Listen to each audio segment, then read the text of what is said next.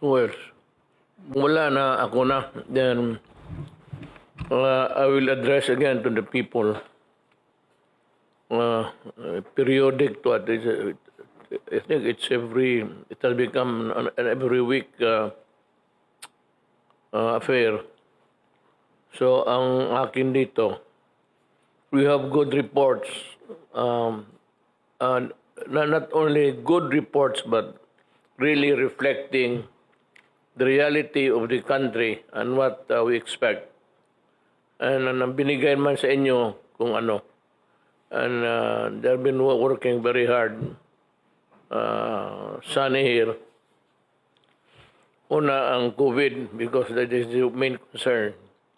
Nandito na ang bakuna. So, it's being sold. Yung iba sa, I don't know, it would be not good to assume that there's a black market for that. But Sunny says that he can borrow money of 300 million plus to US dollars, $300 million. So malaki yan. Makapabili tayo. But I think it would do as well to also realize that unahin talaga nila yung mga tao nila. China na Pfizer of America, meron na sila. So, hindi na nakakatakot talaga ang COVID. But sa pagkangayon, magbili ka mahal. As I have promised, gastos ng gobyerno itong bakuna para sa lahat ng Pilipino. Kaya nga, umpisa natin sa mga mahirap, pataas na ano. Let's start with A, B, C, D, E. The lowest sa E, yung talagang mahirap na wala. Then, paakyat tayo dandahan sa D. Then, yung C, medyo hindi na, sobra na yung 300 million ni Secretary Dominguez. Hindi tayo maggastos dyan kasi may mga pera na yan. AB crowd, yun yung mga milyonaryo, mga multimillionaire. Yung nasa C, they are in a bracket which we think are pretty good for them to just buy the medicines for themselves. Yun ang status. As long as may magpautang sa atin, no problem about it. How long? In due time. Ngayon, ang hindi sa ayaw natin bumili o wala pa tayong mabili kasi sabi ko, ang vaccine sa Amerika was binili na kaagad ng, I think, the federal government made a first installment. Binili na. So, you can expect that within a few months until next year, all of those vaccines produced will be used for the Americans. Same story with the European countries na successfully developed the vaccine, including China. Yung sa China, yung Sinovac, pati nila yung Sinopharm. I think they have already. Again, we have to keep in mind na they have a population to worry. And that population is not easy. Americans have about 340 million plus. And China about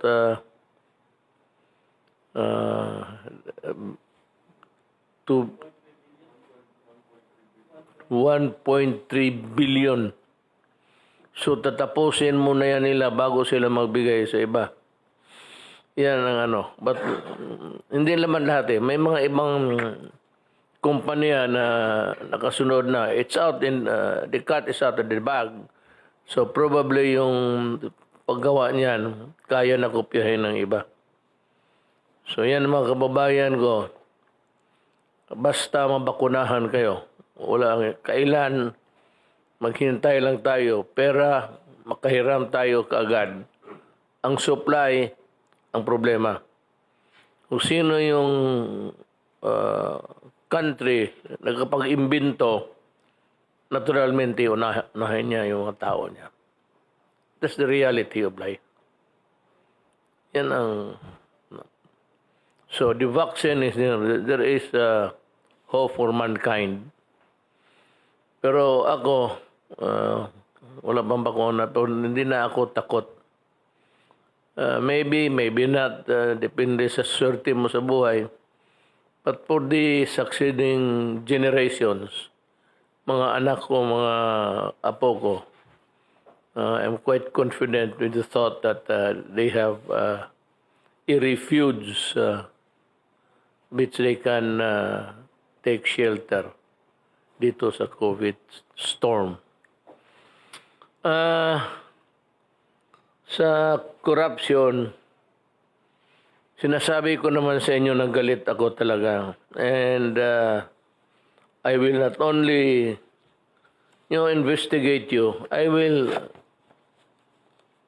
expose you to the public para malaman ng tao na niloko ninyo yung gobyerno. Dito sa Bureau of Immigration, may nadagdag ngayon sa ito sir, under the Bureau of Immigration is under the Secretary of Justice. It's an agency that is attached.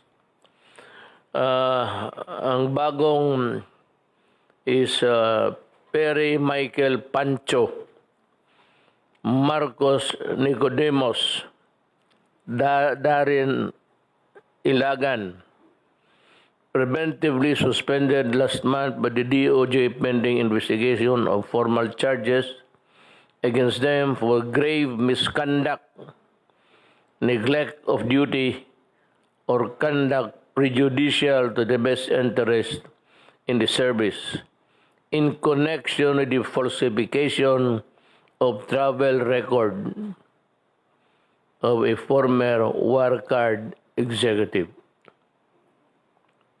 So, ayan. Iba naman itong si Neil Tristan Estomo, Micara K. Cortez, Christopher Lee. Totoo ba ito si Christopher? Di ba ito si Dracula? Christopher Lim. Roland Lim. Just a joke. Pero totoo. There's such a person known as Christopher Lee. Itong si Estomo Cortez Lee Lim, preventively suspended last month by the DOJ pending investigation of formal charges against them for grave misconduct, serious dishonesty, gross neglect of duty, and or conduct prejudicial to the best interest of the service in connection with the Pastilla scheme. Wala na ito. Then, may bago tayo sa Department of Public Works and Highways. Ang na-harvest natin mga supposedly, it's not good to call them criminals, but eventually if they are charged and convicted, they would be Wilfredo Agustino, Rode Canastillo, Edward Canastillo, Susel Caligan, dismissed by the Ombudsman September 21, 2016 for grave misconduct. Leia B. Negre, dismissed by the Ombudsman on 20 October 2016 for misconduct in relation to the acquisition of excessively priced lamp post. Marami ito. Itong pumasok noon sa China. yung pagbukas ng China at ang ekonomiya ng Pilipinas, there were a lot of importations. A lot of those were really deposed. Na may ilaw na, but they were priced heavily by not of course, not by China, they manufacture lang naman. Yung mga ahente dito, tapos in connivance with the government people, ayan, presyo. Ibasahin ko ito mga na-dismiss to by the Ombudsman for the following violations. Violation of Article 210 or direct bribery, and Article 211 or indirect bribery of the revised penal code. You can pronounce it bribery or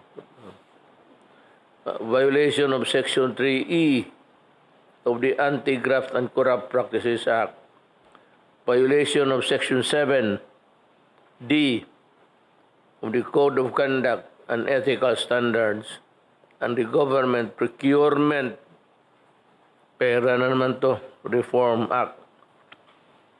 Ito si Ricardo Paulican, Elmer Calo, Pedro Mercado, Nico Galarita, Doroteo Ilagan, Harold Marie. Meron pa. Abutin tayo ng umaga nito. Ubos na ang mga empleyado. You know, kayong mga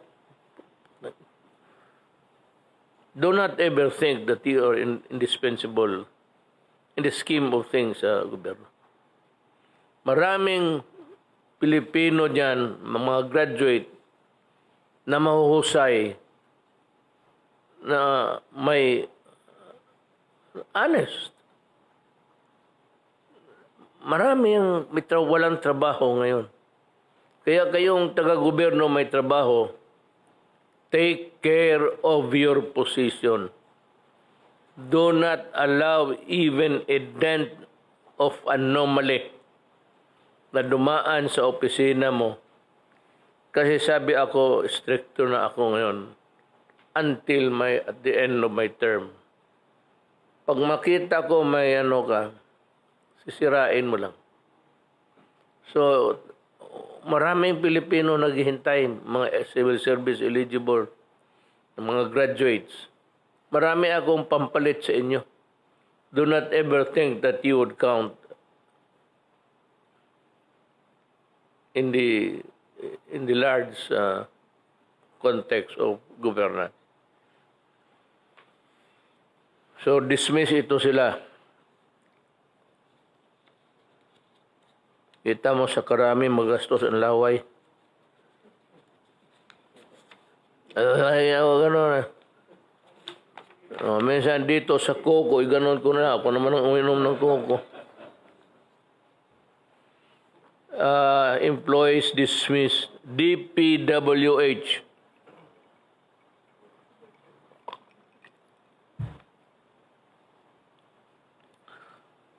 DPWH, Rolando Asis, Edelberto Tayaw, Berna Coca, Luz Viminda, Narciso, Danilo Peroy, dismissed by the Ombudsman for misconduct. They executed bidding documents after award. May bidding after the award na. Imbis bidding award, may award bidding. And implementing of the rehabilitation of the Paglaom Sports Complex in Bacolod. Linti nga tiga na nga dito na tayo itabo sa inyo. Dismissed by the Ombudsman Ray Alcantara of the local Water Utilities Administration. Dishonesty, grave misconduct, conduct prejudicial to the best interest of the service. Then may isa pa tayong bright boy, Elmer Rodrigo, dismissed by the Ombudsman on April 6, 2018 for grave misconduct and conduct prejudicial to the best interest of the service. He engaged in fraudulent and irregular bidding, causing undue in the award and the subsequent implementation of the project. By the way, do not ever think that itong kasi dalawa, administrative pati criminal. Yung minsan sa administrative sa opisina lang, it's the secretary, yung head na mismo, and they can dismiss you. The other opisina na mayayari ka, ang ombudsman. So dalawa yan. Pero itong mga dishonesty, grave misconduct, conduct unbecoming of a public official, ito administrative lang to. Sa opisina ninyo, matanggal ka sa trabaho, suspendido ka. But, itong dalawa, it will not stop here. The ombudsman will file, kaya nito, he engaged in fraudulent and irregular bidding, causing undue delay in the award and the subsequent implementation of anak Elmer Rodrigo. The government will file criminal charges against you. Dalawa talaga ang tama ninyo dito. Criminal, pati alis kayo sa opisina ninyo.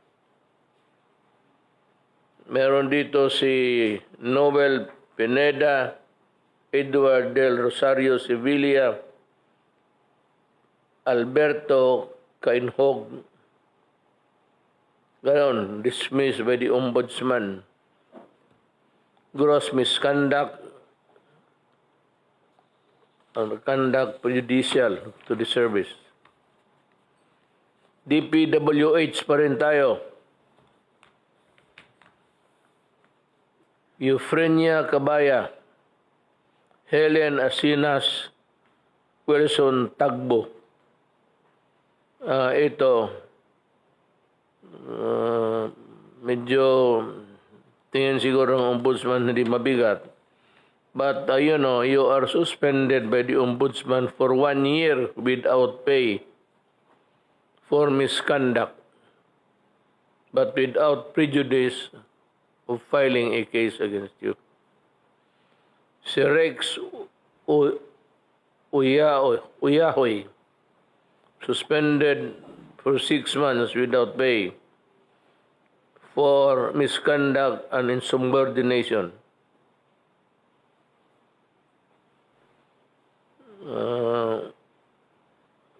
Well, ang tingin ng ombudsman dito nakalagay,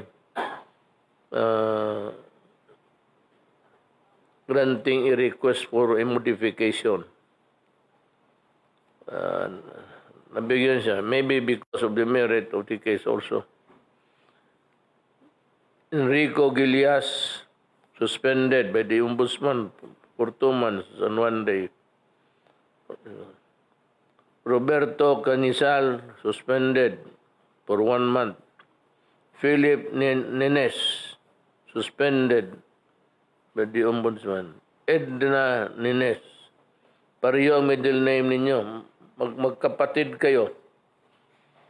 Philip at Edna, FF kayo, Nenes. Mines, rather. Huwag ninyong sobraan ang drama ninyo. Kung gusto ninyo makapera, umalis na lang kayo sa gobyerno, negosyo. Magnegosyo kayo sa labas.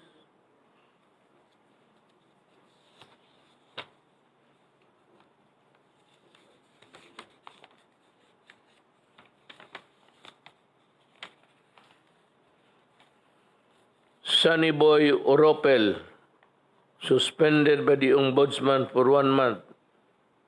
Next time, I will see to it that you will be dismissed from the service. Arnaldo Bonifacio, suspended by the, by the office, siguro. Next time, because sa administrative, pwede kang mag-appeal hang sa opisina ko. Pero pagdating sa lamesa ko yan, since you are known to be a malikot ang bulsa ninyo, you were suspended only. Next time, Arnaldo Bonifacio, I will dismiss you from the service. Lahat yung suspended. Next time na magkaroon kayo baski simple simple neglect of duty, or whatever, it falls as a ground for dismissal, papalisin ko na kayo. Virgilio Duarte, note dito, PRRD appointee. He was suspended by the Ombudsman. Next time, magkamali ka, I will personally see to it that you're out. Umalis kayo dyan sa alingas-ngas yan dyan sa DPWH. Maraming magbabantay. Serafin Lago, ganun rin. Next time, dismissal ka na. Suspended ka lang ngayon. Roberto Atienza, ganun na, suspended. Next time, I'll dismiss you. Joselito Altiveros, suspended ka lang by the DPWH for 6 months. Misconduct. Next time. Sabi ko nga,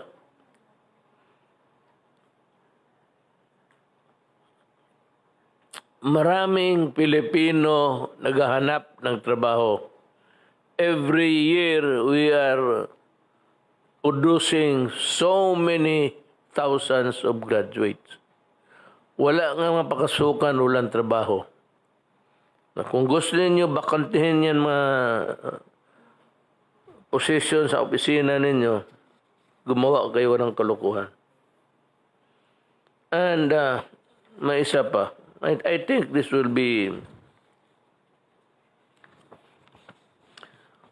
Kayo ba, either as a businessman or as a government employee lang, if you come to know of a conspiracy or may usapan to do an illegal act, sundan mo lang, let it ripen into a crime. Pag natapos na ang papilis, hindi na kailangan magbayad ang gobyerno. The contract itself will be the evidence. Sa hindi na kailangan The fact that you have the intention to draft a contract that is prejudicial to government will be enough to send you to the gallows. Ngayon, pakiusapan ko na lang yung lahat. Kayong wala mga trabaho, kayong mga casual, ilang taon na. All you have to do is to let me know. And may price ako. Pagka mayroon kang malaki, if it's a malaking sindikato, ghost project ni director, putang ina, I'll give you 50,000. Bulo mo lang baski sino. Yung kaibigan mo, huwag ka na magbigay ng pangalan. Sabihin mo lang yung kontrata, dito, ganito, ganito. sa gobyerno, maybe Secretary Roque or Sunny Dominguez, pag mamalaking mga contract, huwag mo lang sabihin pangalan mo, ibulong mo lang na niluluto yan. I'll give you 100,000 and I will keep your identity secret until I reach my grave. Hindi ko kayo bubukuhin, hindi ko kayo papasubo. At kung nalaman kayo, tapos hinaharas kayo, paalamin mo ako, I will deal with the devil. Yan ang gusto ko. Bumaril ng tao na legal. Kaya kung inaano ka, tinatakot ka, paalamin mo ako. I would be happy to make you happy. Okay? So, dyan tayo magtapos, mga kababayan ko. Take note of my, yung 50,000, 100,000, yung malaki. Bulong mo lang. Huwag kang magbigay ng pangalan. Pag namin na totoo, bantayan lang namin, then I will allow it to ripen to a crime. Pagkatapos, kami na ang bibira. Then, pagdating ng panahon, balikan mo doon ka kay Secretary Tugade, sabihin mo, Secretary, di ba ako yung nag-report? Kung si Secretary Tugade, yes, I remember you. Tama na. Bayad ako.